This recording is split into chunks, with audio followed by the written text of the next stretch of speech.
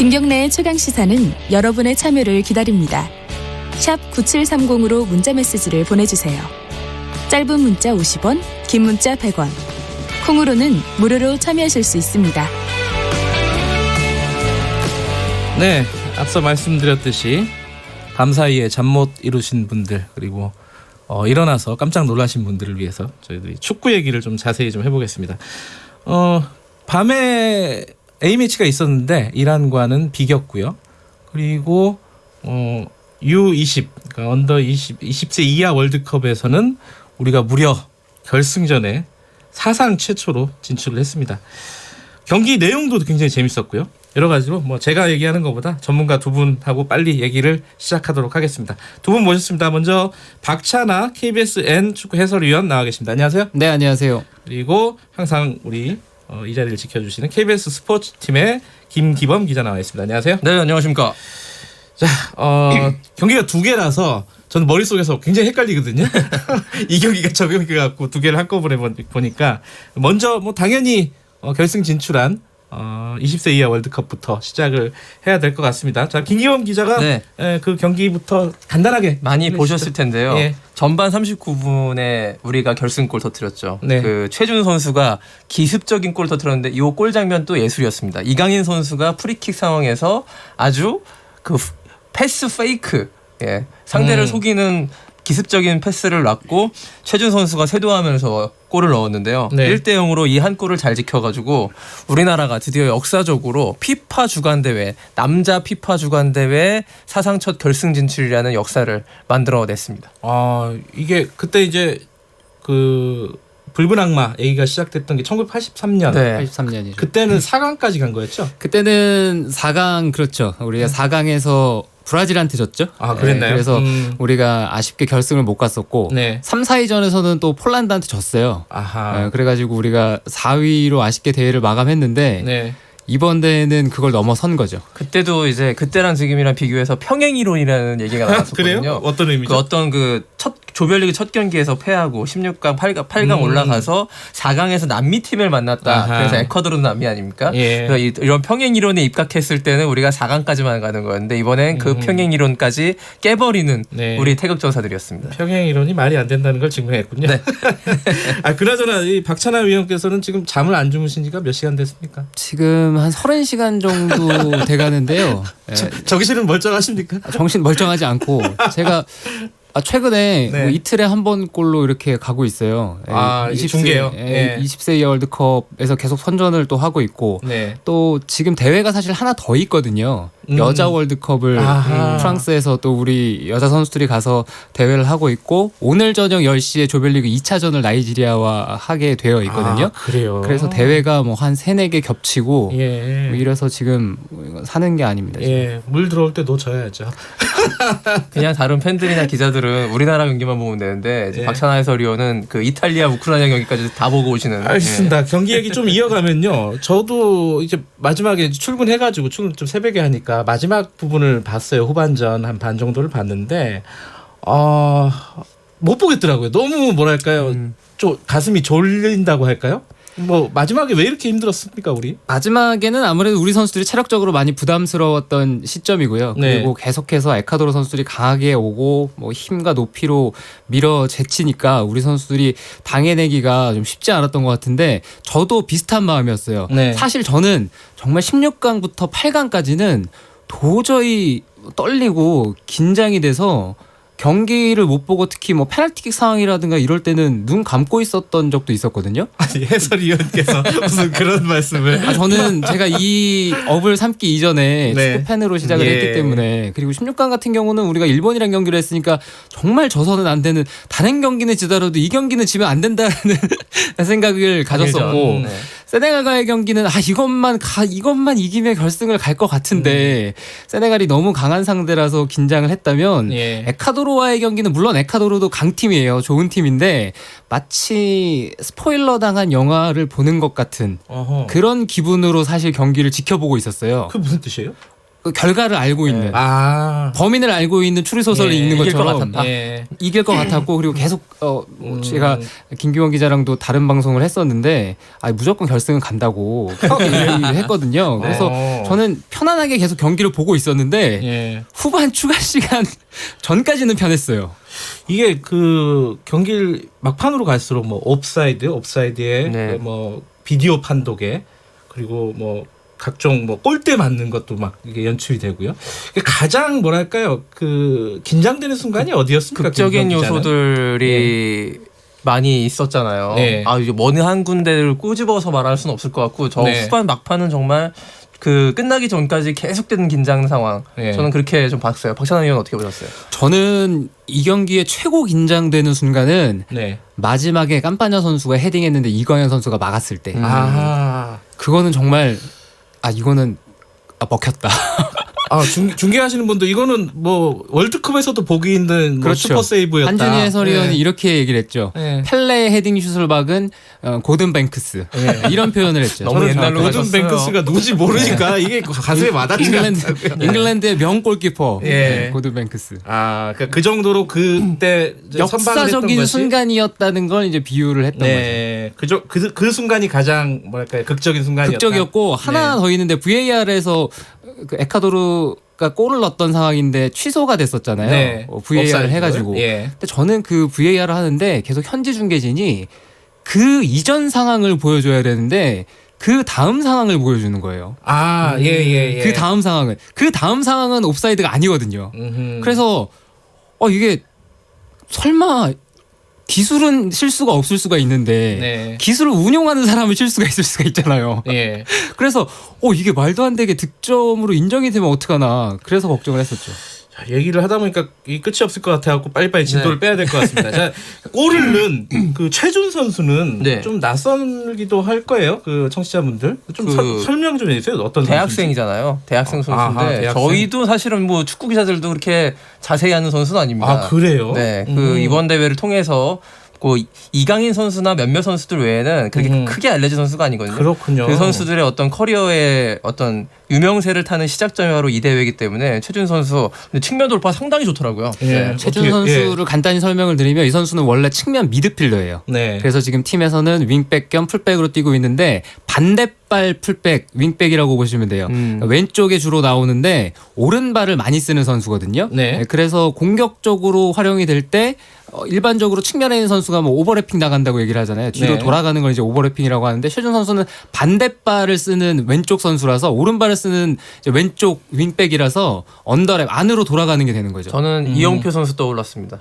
그래요? 네, 이영표 선수가 왼쪽 풀백인데 오른발 쓰잖아요. 헛다리 짚고 오른발로 크로스를 올립니다. 네. 그러니까 왼쪽에 서는 선수들은 왼발로 크로스를 올리기가 쉬운데 그렇죠. 이 오른발잡이가 왼쪽에 서가지고 한번 제끼고 오른발 크로스 올리는. 왼발을 못 써서 그런 거 아니에요? 그렇죠. 그러니까 주로 쓰는 발은 오른발이라는 거죠. 그래서 이 네. 득점 상황도 최준 선수가 오른발에 자신이 있기 때문에 나왔던 장면이었던 네, 거죠. 전반전 내내 그 보면은 최준 선수와 이강인 선수를 중심으로 공격이 돌아갔어요. 그래요? 작전이 있는 것 같습니다. 예. 골이 그냥 이렇게 우연히 들어간 게 아니군요. 네, 계속 계속해서 두들기다 보니까 예. 이제 들어갔다고 봐야죠. 이강인 선수의 이번 경기의 플레이는 어땠습니까? 역시 이강인이었습니까?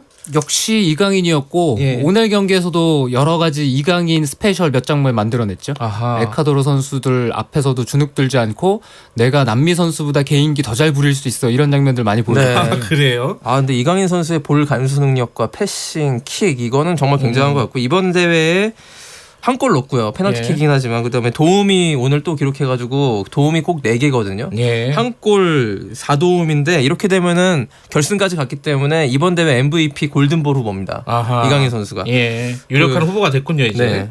근데 이제 결승전 얘기를 할 수밖에 없는데 결승전에 우크라이나가 올라온 거죠, 지금? 그렇죠. 우크라이나가 강팀입니까?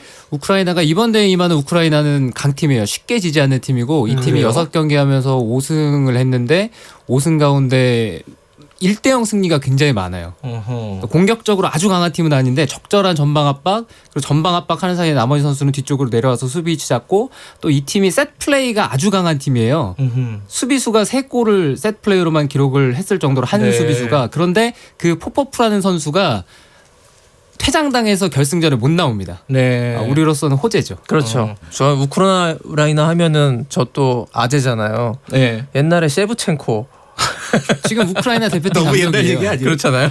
자, 그 전력으로 보면은 네. 어떻습니까? 우리랑 비교를 하면은 객관적으로 저는 보시면 할만하다고 보고요. 사실은 뭐 예. 결승전에선 누가 이기더라도 이상하지 않은 결승까지 올라온 팀은 그 자격이 있기 때문에 네. 어느 팀이 우승한다고 해도 이상할 것이 없지만 우리가 적어도 이름값에 주눅 들 일은 없습니다. 우크라이나 이번에 에콰도르전도 마찬가지였다시피 우리가 남미의 브라질이나 아르헨티나를 상대한 것이 아니었고 유럽의 뭐 그 프랑스나 독일 이런 예. 팀들이 아니잖아요. 예. 그 우크라이나라면 우리 선수들이 젊은 선수들이 패기로 한번 충분히 도전해 볼 만한 그런 팀이라고 저는 느껴져요. 우크라이나가 이탈리아 꺾고 올라온 거죠? 네. 중결승에서. 그렇죠. 1대0으로. 예, 전술상으로는 좀 변화가 있어야 되는 겁니까? 전술상으로는 우리의 변화보다는 아마 우리도 쉽지 않은 경기가 될 거예요. 그 이유는 우리가 세네갈을 상대해서 세네갈을 꺾고 올라갔잖아요. 네. 세네갈보다는 에콰도르가 약간 그것보다는 쉬운 팀이고 네. 이 마지막에 만나게 될 우크라이나는 에콰도르보다도 약간 쉬운 팀이긴 해요. 그런데 플레이 스타일을 봤을 때는 에콰도르는 공격을 하는 팀이었잖아요. 네. 우크라이나는 아마 공격을 잘 안 할 거예요. 쉽게 올라오지 않을 거고 우크라이나 역시도 3백을 쓰는 팀이거든요. 네. 그래서 수비 숫자를 많이 두면서 아마 조심스러운 경기하고 셋 플레이에서의 한 방 이런 거 노릴 확률이 높아서 네. 수비가 밀집 수비를 우리가 어떻게 뚫어낼 것인지 거기에 대한 연습이 있어야 될 거고 그러면 역시 또 우리 이강인 선수가 왼발 킥으로 뭔가를 만들어내는 장면들을 기대해 봐야 되겠죠. 언제죠? 결승이? 토요일에서 일요일 넘어가는 새벽 1시입니다. 아, 보기 딱 좋은 예, 시간이어가지고 그러네요. 예, 네. 시청률 굉장히 높겠네요. 그때는 저기 주말이고 새벽 1시잖아요. 네. 이제 이때까지 경기들이 새벽 3시 반이어가지고 예. 안 됐는데 거리 응원 한번 해야 되지 않습니까 이거? 야. 새벽 1시면은 주말 밤. 그건 뭐 하시는 분들이 알아서 결정하시도록 하고요. 자, 시간이 많이 지났지만 A 매치 네. 사실 이 20세 이하 월드컵도 재밌었지만은 저는 A 매치 경기도 굉장히 재밌었거든요. 저는 물론 하이라이트로만 봤습니다. 그 경기 내용부터 간단하게 서울 좀, 월드컵 예. 경기장 그 한국 축구의 성지라고 할 수 있는 상암이요? 거기서 상암에서 정말 6만 명의 관중 앞에서 화끈한 공격 축구 보여줬다고 좀 봤고요. 예. 그 이란과의 평가전 1대1 무승부를 기록했습니다. 황의조 선수가 또 저번 호주전에 이어서 이번에도 골을 넣으면서 2경기 연속 골을 넣으면서 선제골을 넣었는데요. 이 황의조 선수가 골을 넣은 게요. 이란전에 골 넣은 자체가 8년 만입니다. 우리나라가. 그만큼 우리가 이란을 만나면 이때까지 힘을 못 썼다는 건데요. 그래요. 모처럼 이번에 시원하게 선제골 넣어가지고 정말 이란을 상대로 넣었기 때문에 굉장히 좋았던 경기라고 보고 네. 찬스도 굉장히 많았고 아쉽지만 이제 김영권 선수가 자책골을 내주면서 예. 1대1 무승부를 했습니다만 어쨌든 많은 팬들 앞에서 좋은 경기로 보여줬다. 저는 이렇게 봤습니다. 경기는 재밌었는데 네. 이제 월드컵 예선 앞두고 있잖아요. 네. 사실 벤투 감독의 어떤 성적표를 매길 수 있는 그런 평가전이 아니었을까 싶은데 좀 점수를 매긴다면 어떻습니까? 저는 이란과의 경기는 뭐 상당히 만족스럽게 봤고 역시 네. 우리가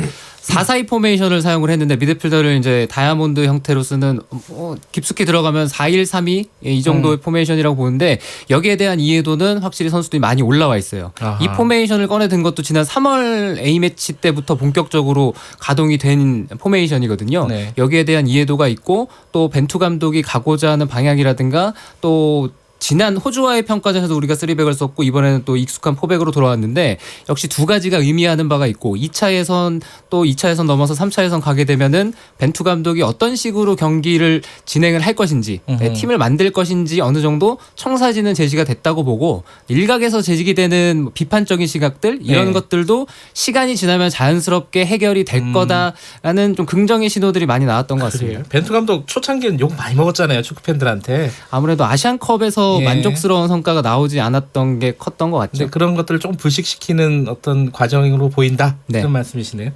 요번에 근데 이 골을 넣은 선수 황의조 선수보다 백승호 선수가 얘기가 네. 많이 나오더라고요. 백승호 어떤 선수. 경기를 했기 때문에 그 그래요? 벤투 감독한테 기자들이 맨날 새 얼굴 좀 기용하라. 맨날 하던 이승우 좀 선수들만 넣고 백승호 좀 넣어라 이러겠는데 한다. 예. 벤투 감독이 약간 귀를 기울였는지 이번에 백승호 선수를 선발 출전시켰거든요. 네. 수비형 미드필더로 나와가지고 굉장히 가능성을 많이 보여줬습니다. 이 자리가 사실 기성용 선수 자리잖아요. 아하. 근데 기성용 선수가 대표팀 은퇴하면서 요 공백을 어떻게 메우느냐가 앞으로 월드컵 최종 예선 나가는 우리 벤투호의 과제인데 이 백승호 선수도 가능성을 보여줬고 네. 뭐 볼터치 좋았고 볼 간수력 좋았고 패스도 날카로웠고요.